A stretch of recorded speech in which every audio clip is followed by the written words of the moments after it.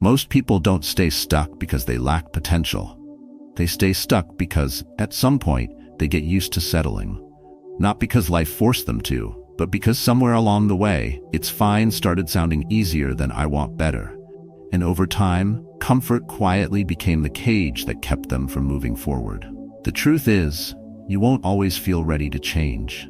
You won't always feel motivated to show up. In fact, the moments that matter most, the ones that actually shift the trajectory of your life, rarely arrive with perfect timing or ideal energy. They usually come quietly, wrapped in resistance, disguised as small decisions you could easily ignore. Waking up when it's easier to sleep in, speaking up when silence feels safer, doing the thing no one's asking you to do, but you know you should. Leveling up isn't about suddenly becoming a new person overnight. It's about noticing the subtle ways you've been shrinking to fit inside a life that no longer reflects who you are, and choosing, without drama, without applause, to start living just a little closer to the person you were always meant to be. Not out of pressure, not out of ego, but out of a quiet respect for yourself that says, "I may not be there yet, but I won't keep standing still." If this speaks to you, subscribe for more content like this and share your thoughts below. Your story might be the turning point for someone else. Let's begin. 1. Stop settling for less. There's a quiet danger in getting used to just enough. It doesn't show up as chaos, it doesn't shout, it doesn't warn you with flashing lights. It's subtle. It feels like stability, but underneath, it's a slow erosion of your potential. You go to work, do the tasks, come home, go through the motions, and somewhere along the way you stop asking, "Is this still who I want to be?" The answer doesn't come loudly either. It shows up in the sigh at the end of the day, the lack of excitement when the weekend arrives, and the vague sense that something inside you is fading, even though on paper nothing is wrong. That's the trap. Life looks fine, so you convince yourself to stay.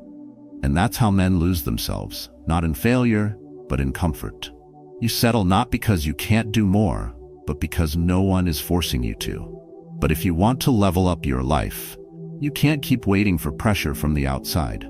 You have to apply it yourself. You have to force yourself to grow. Settling happens slowly, through thousands of small decisions where you choose ease over effort, distraction over direction, and comfort over clarity.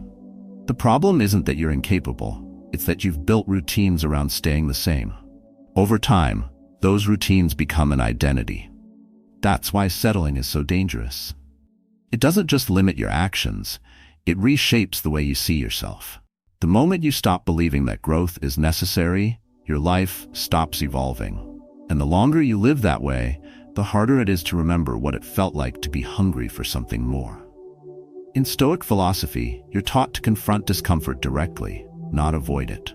Marcus Aurelius wrote not to waste energy wishing for an easier life, but to become stronger. Settling is the opposite. It's the quiet wish that life won't ask more of you than you're willing to give. But life will ask for more. Whether you're ready or not, pressure comes.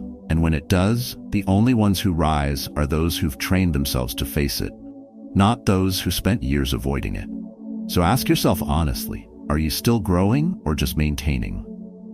Are your standards today a reflection of your best or a compromise that felt safe enough to live with? Be careful with what you tolerate. What you allow too long, you begin to accept, and what you accept, you eventually become. That's the pattern. If you don't break it, it will shape your future in ways you can't reverse. You don't have to burn everything down to change. You just have to stop pretending that almost good enough is the same as fulfillment. It's not. When you settle, you train your brain to expect less, to try less, and to feel less. That's why you feel numb. Not because something's wrong with you, but because you've gone too long without challenging who you are. You've accepted stillness as peace, when in reality, it's been stagnation. The Stoics believed that peace came not from avoiding difficulty, but from mastering how you respond to it. And that starts with reclaiming your standards.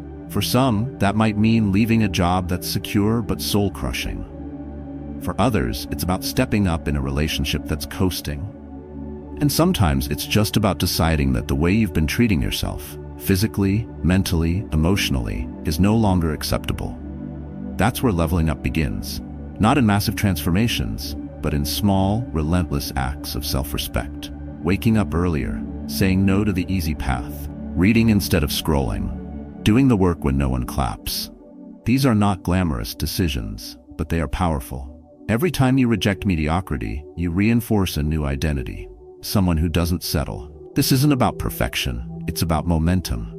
And the moment you start making decisions that align with who you could be instead of who you've been, you begin to shift. And when that shift begins, your world adjusts. New opportunities appear, old patterns lose their grip, and something inside you reawakens. The part that remembers you were made for more. Not for comfort, not for the bare minimum, but for impact, growth, and quiet pride in the man you're becoming. So don't settle, not because someone told you not to, but somewhere deep down, you already know you've been playing small. And the longer you delay your growth, the more it costs you, not just in results, but in self-respect. The Stoics didn't speak of self-worth as a feeling. They saw it as action. To respect yourself is to push yourself, to grow, even when no one asks. To become the kind of man who doesn't wait for life to happen, but who meets it head-on with clarity and conviction. Start there and don't stop. 2. Do it even when you don't feel like it. Motivation is unreliable. It fades, it skips days, it disappears exactly when you need it most. If you've built your life on waiting to feel ready, you've already lost time you can't get back. The truth is, progress isn't made by the inspired. It's made by the disciplined. And discipline isn't about force, it's about clarity. It's about deciding that what matters will get done, even when you don't feel like doing it. Because if you only show up when it's easy, you'll never get anywhere worth going. The discomfort, the boredom, the resistance, they're not obstacles, they're the price. And the price doesn't go away just because you don't feel like paying it. You don't need to feel inspired to take the first step, you just need to take it. Mindset. And when you adopt it, you stop waiting for permission to move forward. You stop negotiating with hesitation. You stop acting like a victim in a world that's waiting for you to show up as the main character.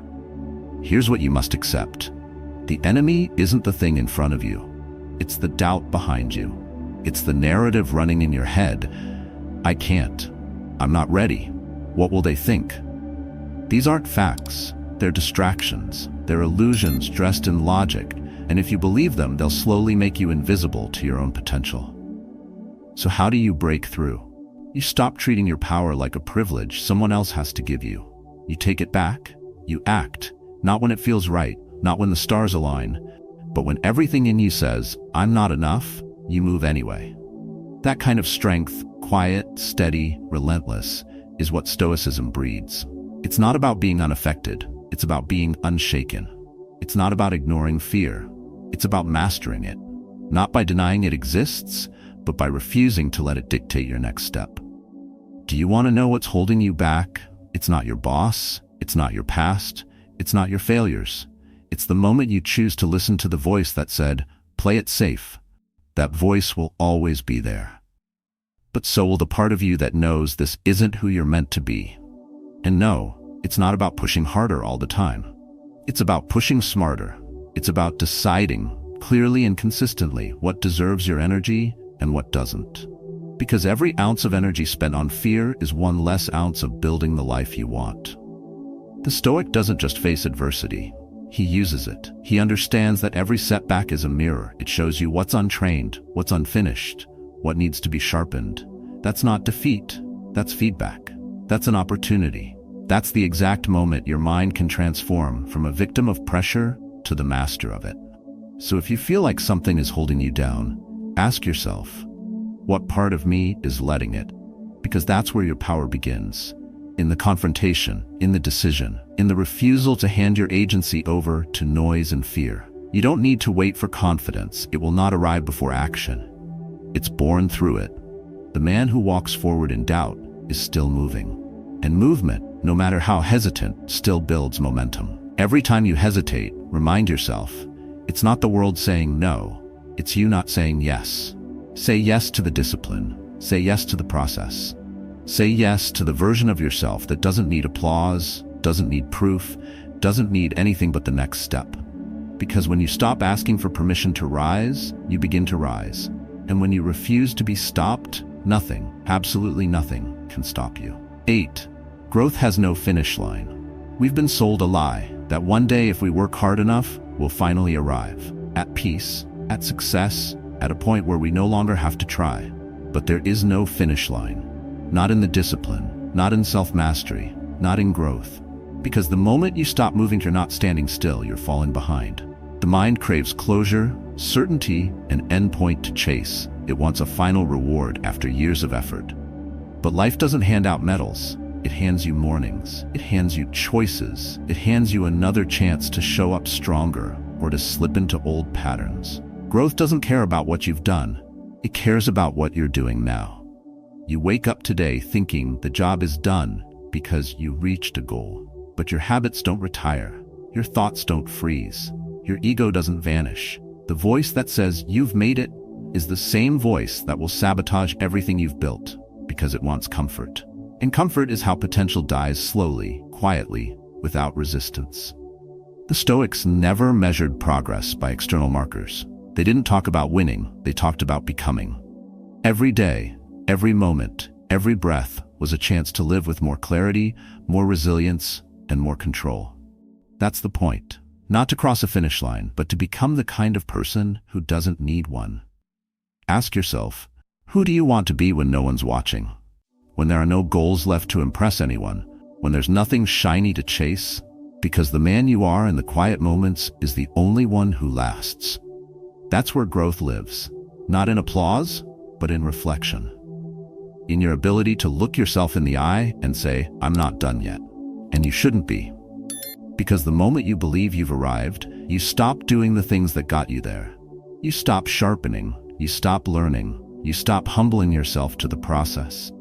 The same process that built your strength will become a burden if you think you're above it. Everything you've built can be lost, not through catastrophe, but through drift. Slowly, one excuse at a time, one skipped habit, one moment of pride where you forget that your discipline is what carried you.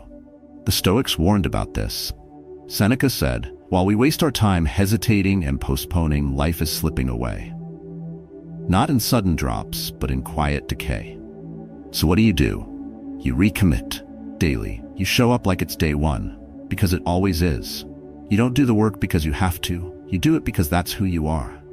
That's what real growth is. Showing up again, not because you're forced to, but because you refuse to let yourself shrink. The river never stops flowing. The body never stops changing. The mind never stops thinking. So why should your progress stop just because you hit a goal? The idea of done is a trap, and if you fall into it, you'll spend the rest of your life chasing a version of yourself that only existed in the past. Growth is not a state, it's a way of moving through the world.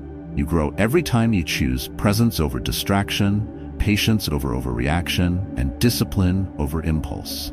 These are not boxes to check. They are muscles to train. And like all muscles, they atrophy when ignored. Don't let comfort fool you into thinking you're evolving. Comfort is easy. What's hard is facing yourself daily, confronting your weaknesses without shame, and choosing to work on them anyway. Not because you're broken, but because you respect the man you're becoming too much to stop now. The finish line you're chasing doesn't exist. And that's not bad news. It's liberation. It means you don't have to rush. You don't have to perform, you just have to move, intentionally, steadily, with clarity, with purpose. And if you fall, you stand back up, not because it's inspiring, but because it's required. You're not here to impress anyone, you're here to become someone. And that someone isn't found in the end. He's forged in the process. So wake up tomorrow knowing you'll still be climbing, still refining, still discovering the next layer of yourself. And that's exactly how it should be. When you finally understand that growth has no finish line, you stop running in circles chasing approval, and you start walking forward with power. If there's one truth you take from this, let it be this. Focus is not something you wait for. It's something you train, day by day, thought by thought, in silence, in chaos, in the quiet choices that no one else sees. The Stoics understood this deeply. They didn't pursue peace by escaping the world. They forged it from within. Because real peace comes not from ease, but from mastery over the self. You now hold 10 core reminders, 10 pillars that can anchor your mind in a distracted world. From remembering that today is all you truly have, to know that growth has no finish line, each one points you back to the same place. Responsibility. Not to outcomes, but to your own attention, your discipline, your mindset. What you focus on shapes your reality. That's not just philosophy, it's neuroscience, it's self-awareness, it's personal power. You will be pulled in every direction. You will be tested by failure, temptation, fear, and fatigue. But the choice to center yourself, to stay aligned, to keep moving, no matter what, belongs only to you. So don't just let this video be another thing you consume. Let it become a practice. Choose one idea, reflect on it, apply it, write it down, live it until it becomes instinct, then move to the next. And as you walk this path, remember, you're not alone. Share your reflections, your struggles, or your victories in the comments. Someone out there may need to hear exactly what you've learned. Train your mind to stay clear when the world gets loud. Stay focused, stay grounded, stay unshakable.